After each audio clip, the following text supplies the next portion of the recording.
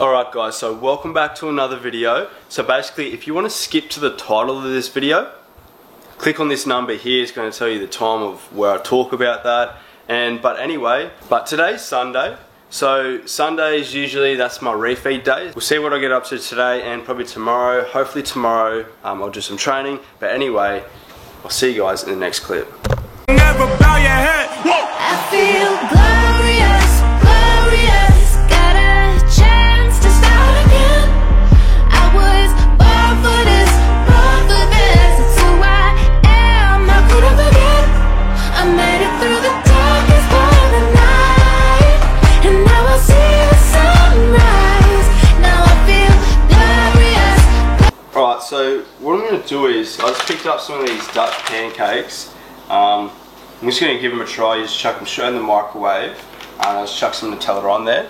So what I'll be doing is, even though it's sort of like a refeed day or whatever, still got to weigh sort of everything. So I'll be having like one or two of these, be tracking it in MyFitnessPal, and then I'll just have normal pancakes with some Nutella and whatnot, and I'll be weighing everything just to make sure everything's accurate, and I'll be tracking that in MyFitnessPal. So the idea today is that I'm going to be hitting 550 grams of carbohydrates. My fats are going to be on 85 grams, I believe. My protein is going to stay exactly the same. So what that's doing is, I don't know the exact percentages and whatnot, my coach does all that sort of stuff for me, but the carbs get raised by I think maybe 45% or something, and your fats by about 10%. So I'm normally on 75 grams of fat, I believe, and then it gets raised by about 10 grams of fat. And that's really what's only going to work for me and my body. It's not necessarily going to work for you, because you could be a different body weight, different body fat percentage, you could be training differently, all that sort of stuff. All these other things are going to come into effect when it comes to your refeed days and whatnot. So the best thing you could probably do is, if you don't have a coach, YouTube videos, all that sort of stuff. Jay Darko actually probably does a pretty good one. I think I've actually watched one of his, so maybe go have a look at his channel and listen to what he has to say about refeed days and everything, because it's actually pretty good. But anyway guys, I'm going to eat this and I'll see you guys in the next clip. Alright, so right now I'm just trying to get everything organised for later in the video when I show you how I go through the steps of editing the video. Just because I think, the reason why I'm going to do that is because I think some people will probably benefit from that. I'm sure there's probably like one or two people who are sort of trying to get into videography or anything like that. I mean, I'm no professional, I'm still learning myself, and there's so many things I can improve on, and I know that. So I mean, that's probably the biggest thing. You need to accept that you need to improve on things, which is what I'm trying to do. So I'm trying to get everything organised. Just my laptop has no space on it, so I've got portable USB, all that sort of shit, and it's just absolute fuck around. I'm also sick as a dog. Like, I'm just getting worse. I thought I was getting better, but I'm just getting even worse. But I need to get this video started. It's basically a video that I shot not too long ago of a guy, Nathan. So I'm basically just doing like an Insta edit for him. I know the song, and I just need to put the song and the clips together, I guess you could say. So yeah, I'll show you guys how I do everything, and hopefully you guys learn something from that, which is ideally what I want you guys to do. Plan for the rest of the day is, I need to go for a swim, I need to get some salt water in me, also just playing some Xbox. So if you guys didn't know, you didn't watch my last video, if you want to add me on Xbox, my username is, or whatever you call it, is CUR70, which is like Curdo but with a 7 in there instead of a T. Add me, play me on there if you want to. But anyway guys, see you in a bit, hopefully down at the creek.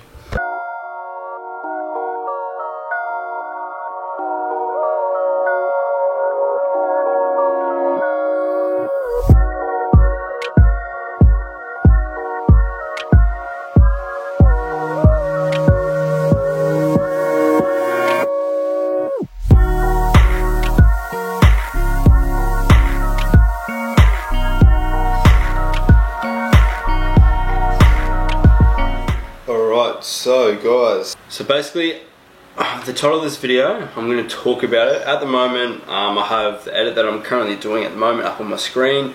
So I'm going to let you guys know, or sort of fill you guys in on what goes into editing a video for anyone who actually doesn't do it or is sort of interested in what goes on behind the scenes and sort of what happens.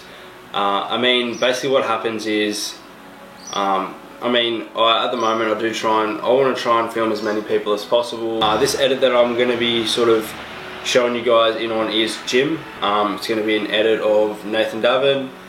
Basically the first steps that I do to edit a video is I don't walk in there sort of not knowing the sort of style I want to do, if that makes sense. So before I go in there, I've already thought about things like the week prior of all these ideas, like angles that you're sort of going to shoot. Now in saying that, it doesn't mean that when you go in there you actually do that, but it gives you that sort of idea of the way you're going to go about shooting that video. So for instance, with this video here, I ended up doing a lot of sort of low angle shots. I wanted it to be sort of a higher quality sort of video, and when I'm going to be editing it, it's not going to be like a high sort of impact, like bang bang bang sort of edit. I don't think the way I'm feeling with it, it's going to be sort of more relaxed. Now it's not going to be cruisy like, oh, like it was sort of a happy song. It's just going to be sort of a trap song, but not in your face, blur and everywhere. It's just going to be nice and sort of controlled, I guess you could say. So the first thing you want to do when you're trying to edit a video, or what I do, is I walk into the gym knowing how I'm going to start the video and the sort of style I'm going to go for. At the start of this video I had an idea of sort of like Nathan, I guess, sort of saying like, what's up bro, like, and then jumping straight into the edit. That's what I'm trying to portray in this one, and hopefully it does work, but we'll see how it goes. So once I've got the sort of style I want to go for, then I'm actually going to shoot the video. And you sort of need to organise, especially with the gym one, what exercises, like what you're going to be training. And to tell you the truth, when it comes to filming a gym edit, some body parts are easier to film than others. To me, shoulders and arms are the easiest by far sort of movements, sort of exercises to film and actually chop up and edit to. The hardest ones I believe are to make an edit of is back. Legs, obviously, like legs, I don't think you ever see me doing an edit of legs. I mean, I'd give it a crack, but to me that'd be really hard. And chest and back and legs are just really hard. It's just something to do with the movements. I think with arms, the person sitting upright doing the exercises, so you can see their face, you can capture sort of expressions, I guess you could say. Whereas with back, you're trying to capture their back, but then their face isn't in it, if you know what I mean. It's like, it's harder to put it onto beat for some reason, but that's my opinion. Other people might find filming back really easy, and chest and legs, but that's my opinion. I'm not too great with it. So yeah, the next thing, step number 2, you need to figure out what you're going to be filming, like, and that's just not gym related. Like if you're filming in a swimwear brand, you need to know the location and what sort of coloured bikinis you're going to be filming, if you know what I mean. Like you need to sort of know the sort of colour you're going to go for with that film. That's just getting a bit too far in depth with things, but if you know what I mean. Like, so then the third thing you need to know is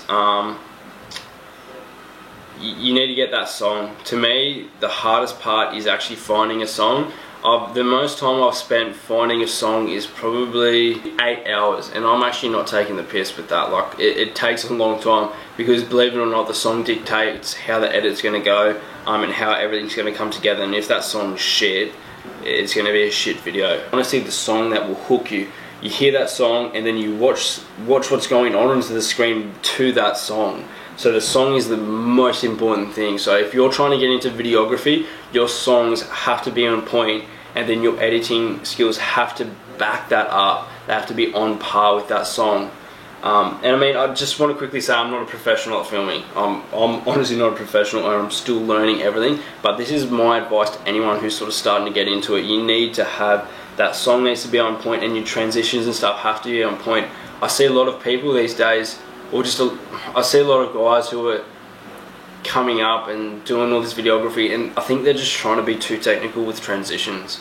To me, transitions, I mean, they're cool in that, but some people go fucking, excuse my language, but they go over the top with transitions. This is me just raving on a bit, but transitions, people just get too into them. It's not all about the transitions. You need to capture that fucking angle and just not worry about the transitions, because at the end of the day, people want to see that this person training and all these cool angles. They don't want to see fucking some shit transition that's just been repeated so many times. Next thing, you need to put it all together. So the editing app I use, I started on iMovie, so if anyone's getting into videography and they're looking for something to edit all their videos on, start with iMovie, honestly, and it's free with your Mac.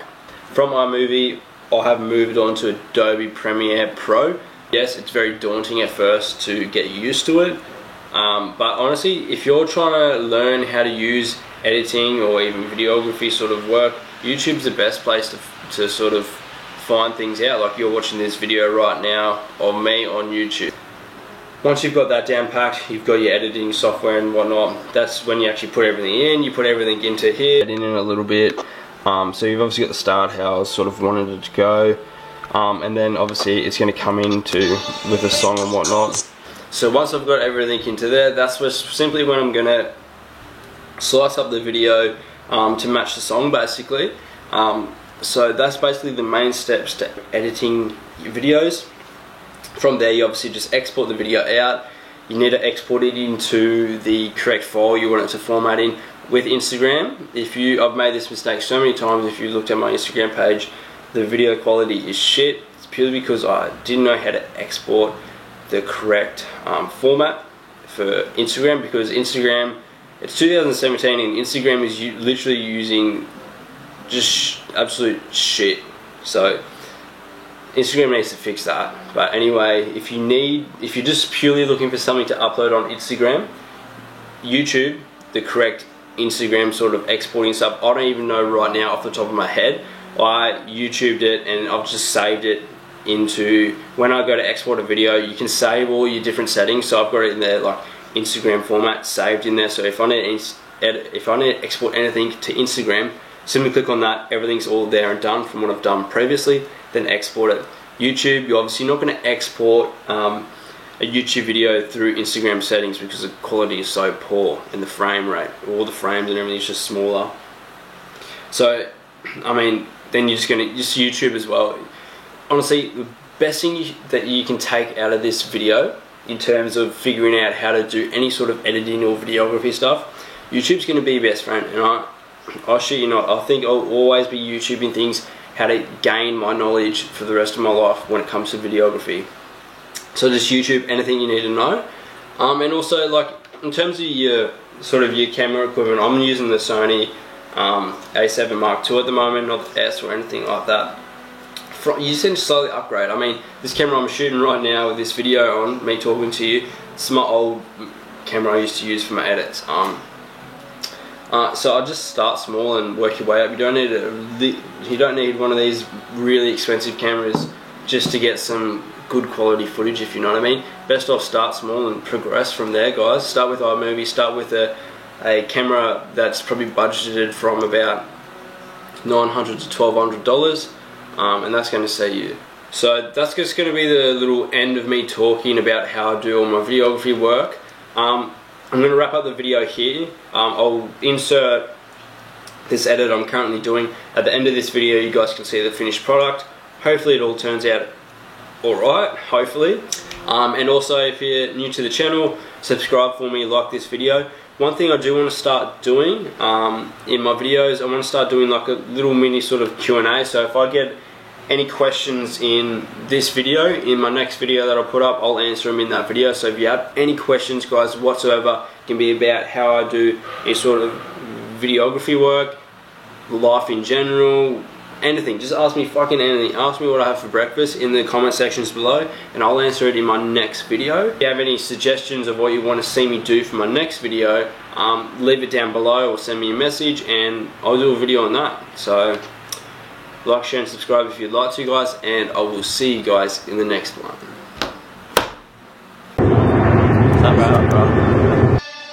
Make them go stupid.